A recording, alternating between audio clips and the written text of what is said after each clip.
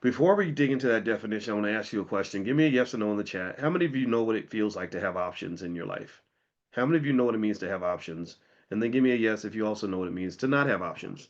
Does anybody know what it feels like to not? Have you ever been in a situation where you had no options? Or maybe, or let's say you were in a situation where you had no options and then suddenly you had lots of options. What do you think? Let me ask you the next question then. Um, how did you feel when you had lots of options in life? Let's say job options or options on who you want to date or options on, I don't know, where to spend all the money in your bank account. How did you feel when you had lots of options? Tell me how you felt then. And then I want you to tell me how you felt when you had no options. You felt free when you had lots of options. You felt great. Okay, cool. This is great. Secured. I see secured. Okay, when you had no options, you felt stressed, frustrated, right?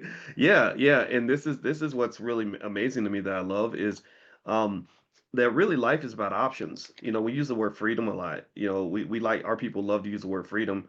And unfortunately, the people that talk about freedom the most typically don't know anything about freedom. They will sell you freedom through slavery. They'll tell you, "Oh, freedom is getting your dream job." And that right there is a restrictive reality because nobody dreams about labor. Like if you have your wildest dream, it's not going to involve going to somebody's factory or somebody's office and being away from your kids all day. That's not a dream.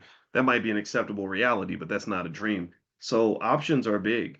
When I talk to kids and I give them advice on what to do with life, I always say, well, I don't really know if you should define yourself by a career, but I do know that you're better off if you have more options. And I do know that money gives you options. And when you have options, you're typically happier. All the research and the studies show that when they study lab rats that have options, they're happier. Lab rats that have no options, they get depressed. Their cortisol levels are high. They're very, very sad, very stressed out, things like that. And I want you to think about how many people you know who, especially economically, feel like they have no options.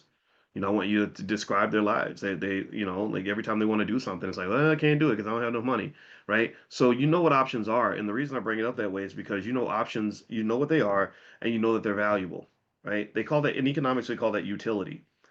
Utility is happiness, basically. You know that options bring you happiness or utility. They make you feel better. Your life is better. So if you had a choice between having a life full of options versus a life having no options, you'd rather have the life that's full of options. And here's the other thing you know.